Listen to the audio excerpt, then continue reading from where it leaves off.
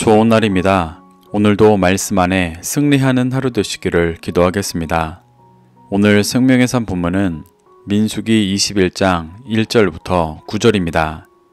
오늘 본문에서는 이스라엘이 네겝에 거주하는 가나안 종족 아랏의 왕을 정복하는 모습과 에돔 땅을 우회하는 것으로 불평하고 애굽을 소망하는 이들을 불뱀으로 심판하시는 모습이 나옵니다. 이 구절들을 통해 하나님께서 무엇을 말씀하시는지 살펴보도록 하겠습니다. 1절부터 3절입니다. 네겝에 거주하는 가나안 사람 곧 아랏의 왕이 이스라엘이 아다림 길로 온다함을 듣고 이스라엘을 쳐서 그중 몇 사람을 사로잡은지라. 이스라엘이 여호와께 서원하여 이르되 주께서 만일 이 백성을 내 손에 넘기시면 내가 그들의 성읍을 다 멸하리이다. 여호와께서 이스라엘의 목소리를 들으시고 가나안 사람을 그들의 손에 넘기심에 그들과 그들의 성읍을 다 멸하니라. 그러므로 그곳 이름을 호르마라 하였더라. 네겝은 가나안 남쪽에 있는 지역입니다. 이 지역은 민수기 14장 45절에서 정탐 후 불평과 원망으로 광야에서 40년간 방황할 것이라는 징계를 받은 이스라엘이 하나님의 말씀에 불순종하여 마음대로 올라가 싸웠다가 패배했던 산간 지역으로 봅니다. 이스라엘은 광야에서 40년간의 연단을 거쳐 다시 이 자리로 왔는데 공교롭게도 네겝에 거주하는 아랏의 왕이 이스라엘을 쳐서 몇 사람을 잡아가게 되었습니다. 이스라엘은 아직은 본격적으로 가나안을 정복할 때가 아니었습니다. 하나님께서 출애굽 1세대들은 가나안에 들어가지 못할 것이라고 말씀하셨었는데 모세를 비롯해 출애굽 1세대들이 아직 남아 온전한 새로운 이스라엘을 이루지 못했었기 때문입니다. 그런데 이런 이스라엘을 아랏의 왕이 먼저 공격하자 이스라엘은 여호와께 서원하여 하나님께서 그들을 넘겨주시면 그들의 성읍을 멸할 것이라고 고백했습니다. 이 모습은 14장에서 하나님의 반대에도 억지로 올라가 싸웠다가 대패했던 모습과 대조적인 모습을 보여주고 있습니다. 광야에서 40년간 연단받은 후 가나안 정복전쟁이 온전히 하나님의 손에 달려있다는 것을 믿게 된 이스라엘이 하나님만을 의지하는 모습을 보여주는 것입니다. 하나님은 간구하는 이스라엘의 목소리를 들으시고 가나안 사람들을 그들의 손에 넘기셔서 그들의 성읍을 멸하게 하셨습니다. 그리고 그곳을 호르마라 하게 되었습니다. 이곳은 불과 40여 년 전 하나님의 인도하심 없이 억지로 올라가 공격하다 패해 후퇴했던 지역이었습니다. 그곳에서 완전히 새롭게 된 이스라엘의 모습을 보여주는 것입니다. 4절부터 5절입니다. 백성이 호르산에서 출발하여 홍해 길을 따라 에돔 땅을 우회하려 하였다가 길로 말미암아 백성의 마음이 상하니라. 백성이 하나님과 모세를 향하여 원망하되 어찌하여 우리를 애굽에서 인도해내 이 광야에서 죽게 하는가. 이곳에는 먹을 것도 없고 물도 없도다. 우리 마음이 이 하찮은 음식을 싫어하노라 하매.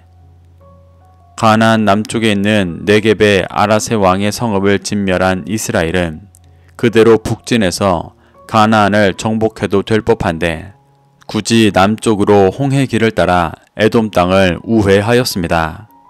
이 길은 에돔의 서쪽 국경을 따라 남쪽으로 내려가 홍해 북단을 지나 다시 동쪽 광야로 우회하여 모압 북쪽으로 올라가 가나안을 동쪽으로 진입하는 경로였습니다.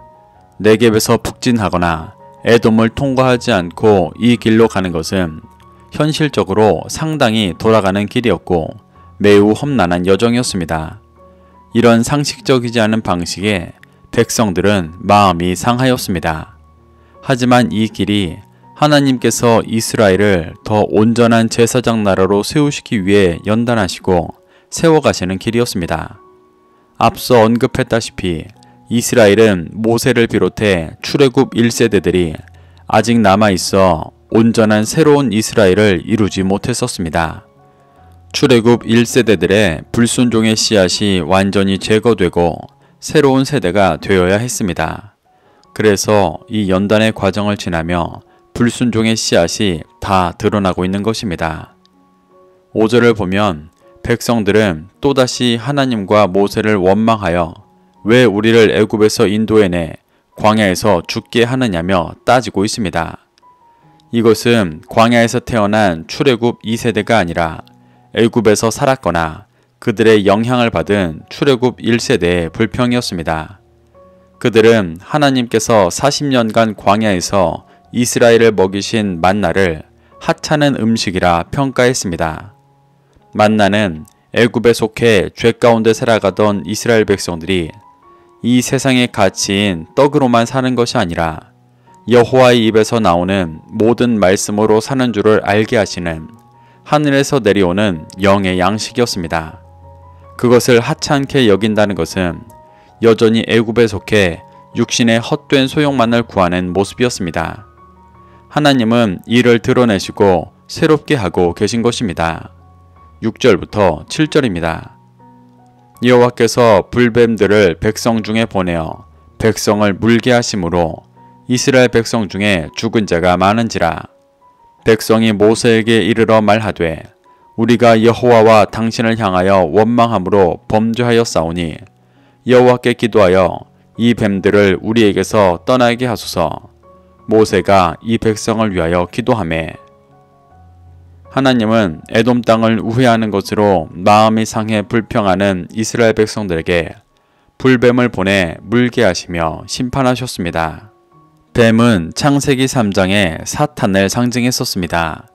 불뱀으로 심판하시는 이유는 에덴에서와 같이 뱀에게 미혹당해 만나로 만족하지 못하고 끊임없이 애굽의 헛된 것을 갈망하다 사망에까지 이르는 이스라엘의 영적인 상태를 보여주시는 것입니다.